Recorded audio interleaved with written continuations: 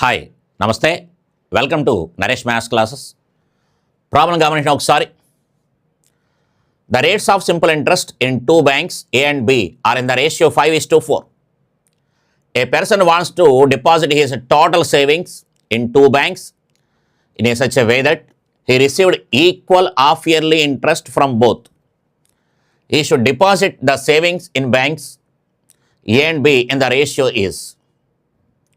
రెండు బ్యాంకులు ఏబీలు ఎస్ఐ రేటులు అంటే రేట్ ఆఫ్ ఇంట్రెస్ట్లు వడ్డీ రేట్లు ఇచ్చాడు. వడ్డీ రేట్లు 5:4 నిష్పత్తిలో ఉన్నాయి అని చెప్పాడు.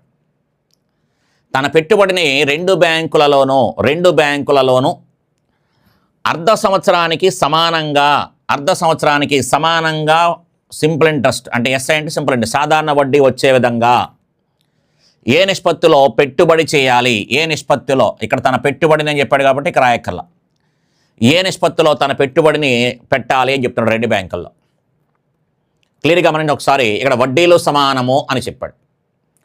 వడ్డీలు సమానము I = PTR అని ఏదైతే మనం అంటున్నామో I = PTR అనేటప్పుడు వాడు క్లియర్గా వడ్డీలు సమానము అని చెప్పాడు. వడ్డీలు సమానం అన్నాడు కాబట్టి PTR ఈ మూడు కూడా ఒకదానికొకటి విలోమ నిష్పత్తిలో ఉంటాయి. ఎట్ ది సేమ్ టైము వాడు అర్ధ సంవత్సర కాలానికి మాత్రమే అని చెప్పాడు.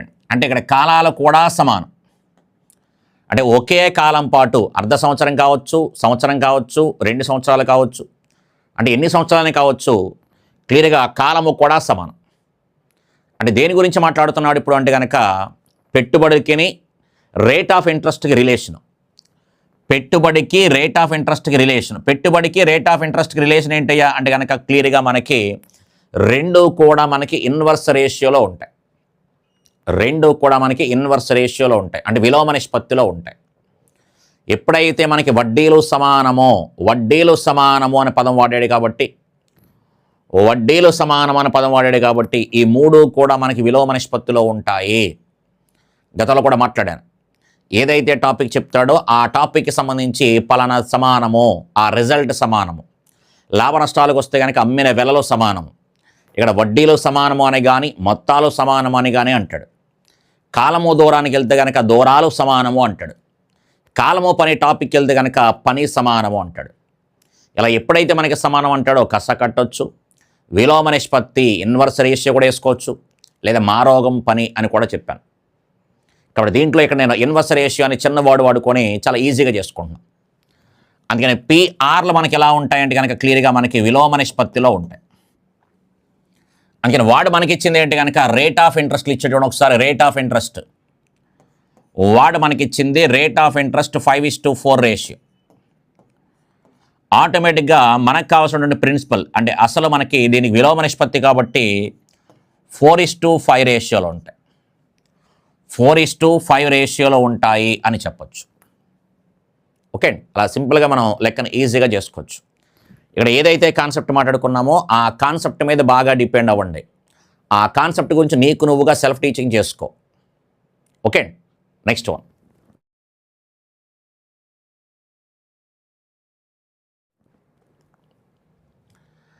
చూడండి ఒకసారి.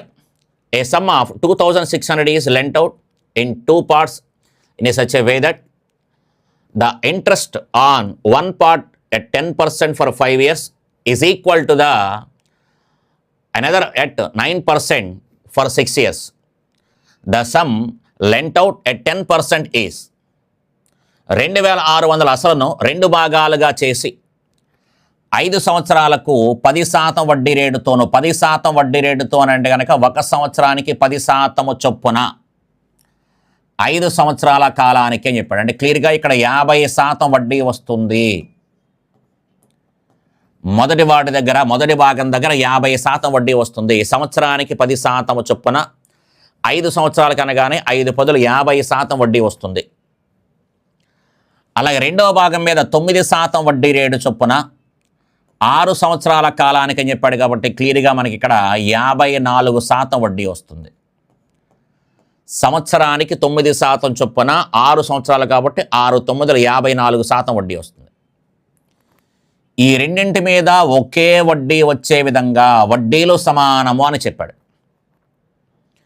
ఎప్పుడైతే మనకి వడ్డీలు సమానమో I is equal to PTR అని చెప్తున్నాం. పిటిఆర్ అని చెప్తున్నాము. ఇక్కడ వడ్డీలు సమానం అని చెప్పాడు కాబట్టి ఆ పి అనే వాడికి సంబంధించి కానీ టీఆర్లకి సంబంధించి కానీ ఎలా ఉంటాయంటే విలోమ నిష్పత్తిలో ఉంటాయి. అయితే క్లియర్గా మనకి ఇక్కడ కాలానికి సంబంధించి వడ్డీ రేటుకి సంబంధించి ఈ రెండింటికి సంబంధించి వాడు ఇచ్చాడు. పి గురించి అడుగుతున్నాడు. అందుకని పి అనేది టీఆర్ అనేది ఈజ్ ఈక్వల్కి ఒకే వైపున ఉండే పదాలు కాబట్టి పి అనేది టీఆర్కి విలోమ నిష్పత్తిలో ఉంటాయి.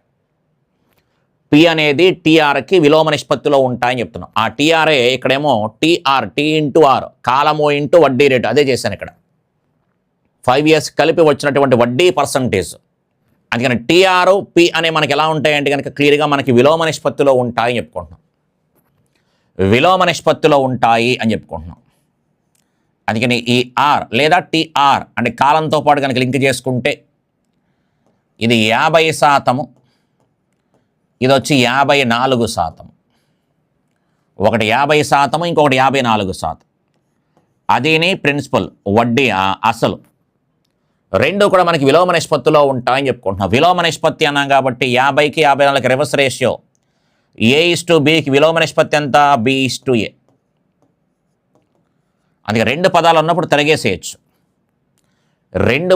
తిరగేసేయచ్చు. అందుకని క్లియర్గా మనకి దీంట్లో ఏ టేబుల్ పోతుంది, రెండో ఎక్కం పోతుంది. 2 27, 2 25. అంటే క్లియర్గా మన ప్రకారంగా మొదటి భాగం మీద వచ్చినటువంటి అసలు ఎంత అంటే 27 రూపాయలు. మన ప్రకారంగా రెండవ భాగం మీద వచ్చిన డబ్బులు ఎంత అంటే కనుక 25 రూపాయలు మన ప్రకారం. కానీ ఇద్దరికీ కలిపి ఎంత ఇచ్చామంటే కనుక ఇద్దరికీ కలిపి 52 రూపాయలు మన ప్రకారం ఇచ్చాం. మన ప్రకారంగా ఇద్దరికీ కలిపి 52 రూపాయలు ఇచ్చాము. మన ప్రకారంగా ఇద్దరు కలిపి 52 రూపాయలు ఇచ్చాం. ఆ ప్లేస్లో వాడిని చెప్పాడంటే 2600 అని చెప్పాడు. అందుకని 52కి 2600 అయితే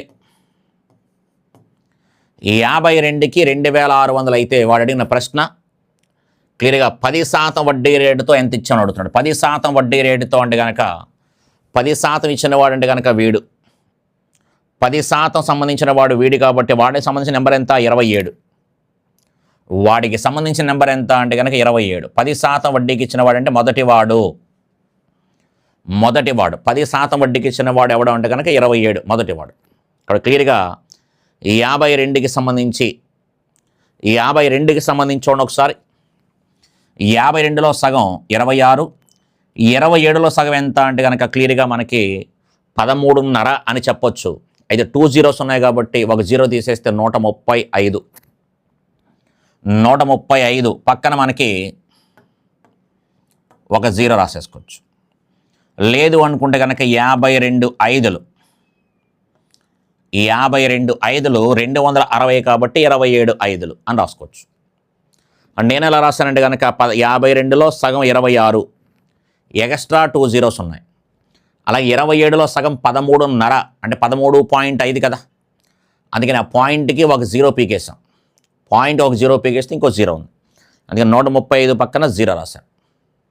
ఓకే, అంటే రాసి చూపిస్తాను చూడండి ఒకసారి. క్లియర్గా 13.5 అని చెప్తున్నాం. 2 zeros అంటున్నాం కాబట్టి ఈ పాయింట్ పీకేసి ఒక 0 క్యాన్సిల్ చేసుకుంటున్నాం, ఇంకొక 0 రాసుకుంటున్నాం అనమాట.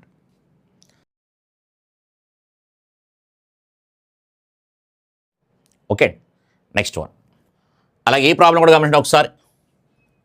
ఒకటి మొత్తం 2600 4%, 6%, 8% per annum సింపుల్ ఇంట్రెస్ట్ వచ్చేటట్లుగా 3 రకాలుగా పెట్టుబడి పెట్టాడు.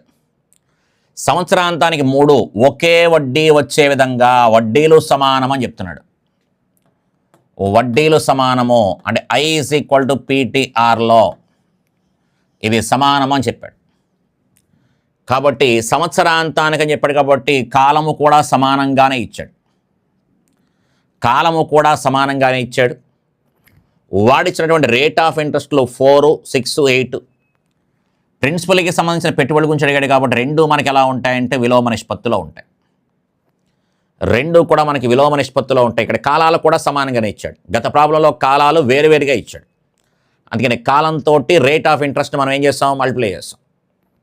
ఇక్కడ క్లియర్గా మనకి ఇక్కడ ఆర్ అనేది క్లియర్గా 4:6:8 అని చెప్పచ్చు. అంటే 4, 6, 8 4, 6, 8 దీనికి మనకి విలోమ నిష్పత్తి. ప్రిన్సిపల్ కావాలంటే కనుక విలోమ నిష్పత్తి, ఎందుకంటే పిఆర్ అనేవి మనకి విలోమ నిష్పత్తిలో ఉంటాయి. మనకి రెండు మనకి విలోమ నిష్పత్తిలో ఉంటాయి కాబట్టి దీనికి సంబంధించిన విలోమ నిష్పత్తి వేసుకోవాలి. విలోమ నిష్పత్తి రాసేటప్పుడు క్లియర్గా ఏం చెప్పుకున్నామంటే కనుక ఏది కావాలనుకుంటున్నామో అది మూసేయండి, మిగతావి గుణించేయండి. అదొక విధానం. అంటే ఇక్కడ ఇది మనకి మొదటి వాల్యూ కావాలంటే 6×8 = 48, రెండో వాల్యూ కావాలి అంటే కనుక 4×8 = 32, మూడో వాల్యూ కావాలనుకుంటే 4×6 = 24 అని చెప్పొచ్చు. లేదు కసాగు కట్టుకోవచ్చు. కసాగు 4, 6, 8 పోయేలా నెంబర్ ఏముంది? 24 కసాగు. కసాగు ఎంత అంటే కనుక 24.